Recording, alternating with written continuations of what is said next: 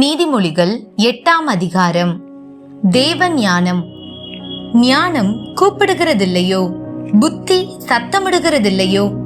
அது வழியருகேயுள்ள மேடைகளிலும் நாற்சந்திகளிலும் நிற்கிறது.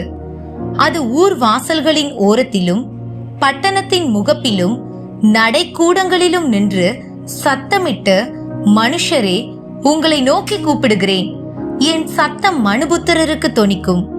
பேதைகளே, விவேகம் அடையுங்கள். மூடர்களே, புத்தியுள்ள சிந்தையாயிருங்கள். கேளுங்கள், மேம்பாடான காரியங்களை பேசுவேன். என் உதடுகள் உத்தம காரியங்களை வசனிக்கும். என் வாய் சத்தியத்தை விளம்பும். ஆகாமியம் என் உதடுகளுக்கு அருவருப்பானது. என் வாயின் வாக்குகள் எல்லாம் நீதியானவைகள். அவைகளில் புரட்டும் விபரீதமும் இல்லை. அவைகளெல்லாம் புத்தியுள்ளவனுக்கு தெளிவும் ஞானத்தை பெற்றவர்களுக்கு யதார்த்தமுமாயிருக்கும். வெள்ளியை பார்க்கிலும் என் புத்திமதியையும் பசும் பொன்னை பார்க்கிலும் ஞானத்தையும் அங்கீகரித்துக் கொள்ளுங்கள்.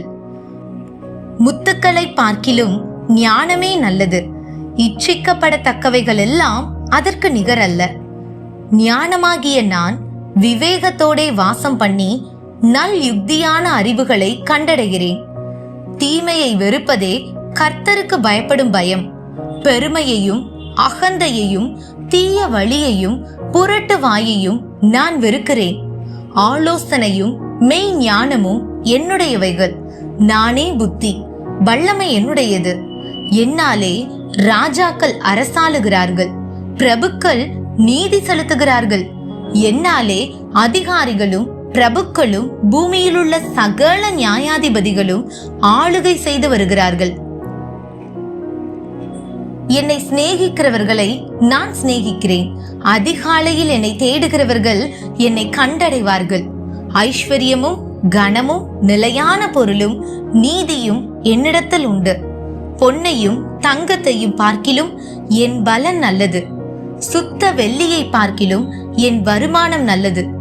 என்னை சிநேகிக்கிறவர்கள் மெய் பொருளை சுதந்தரிக்கும் படிக்கும், அவர்களுடைய களஞ்சியங்களை நான் நிரப்பும் படிக்கும், அவர்களை நீதியின் வழியிலும் நியாய பாதைகளுக்குள்ளும் நடத்துகிறேன்.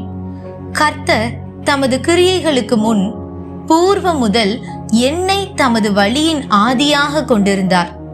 பூமி உண்டாகும் முன்னும் ஆதி முதற்கொண்டும் அனாதியாய் நான் அபிஷேகம் பண்ணப்பட்டேன். ஆழங்களும் ஜலம் புரண்டு வரும் ஊற்றுகளும் உண்டாகும் முன்னே நான் ஜனிப்பிக்கப்பட்டேன்.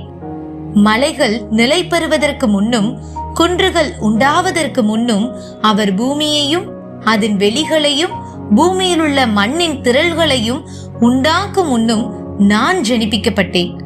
அவர் வானங்களை படைக்கையில் நான் அங்கே இருந்தேன்.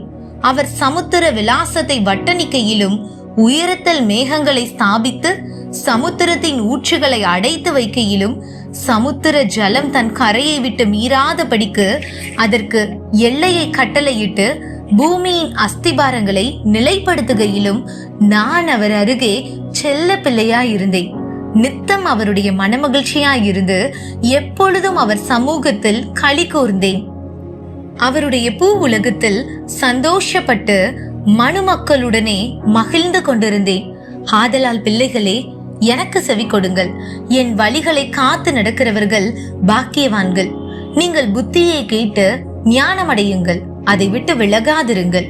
என் வாசற்படியில் நித்தம் விழித்திருந்து என் கதவு நிலை அருகே காத்திருந்து எனக்கு செவி கொடுக்கிற மனுஷன் பாக்கியவான்.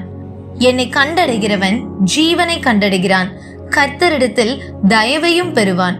எனக்கு விரோதமாய் பாவம் செய்கிறவனோ தன் ஆத்துமாவை சேதப்படுத்துகிறான். என்னை வெறுக்கிறவர்கள் யாவரும் மரணத்தை விரும்புகிறவர்கள் என்று சொல்லுகிறது. ஆமென்.